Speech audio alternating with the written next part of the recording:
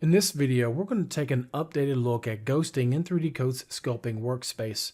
If I come to the Voxtree layer panel, just to the right of the visibility icon of any given layer, you can click on the little sphere and it will ghost that selected volume. Now that's nothing new. This feature has been in 3D Coat for quite some time, and you also happen to have a list menu here that has existed for a while as well. These basically allow you to dictate how 3D Coat responds to ghosted volumes.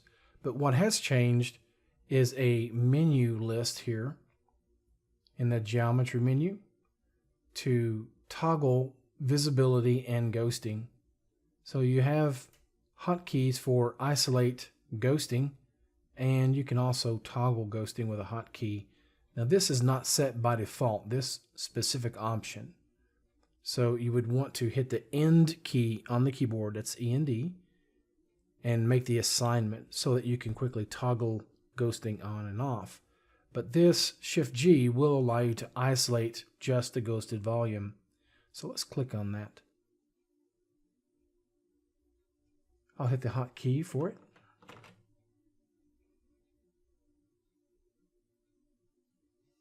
And I'll unghost it. Now, one quick tip that may be very helpful if you happen to have a lot of different items in a scene, and without having to scroll through all these different objects and all these different layers, if you want to restore the visibility to everything, you can just select any given layer and right-click at the very top of the menu.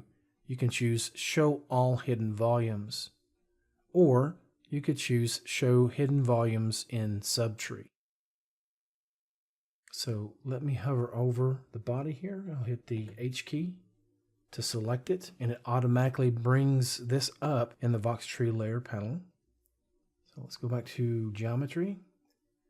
I have a hotkey set for ghosting, so I'll hit that. Hit it again, and it's just that simple.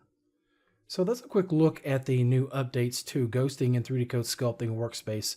Thank you for watching, and we will see you in the next video.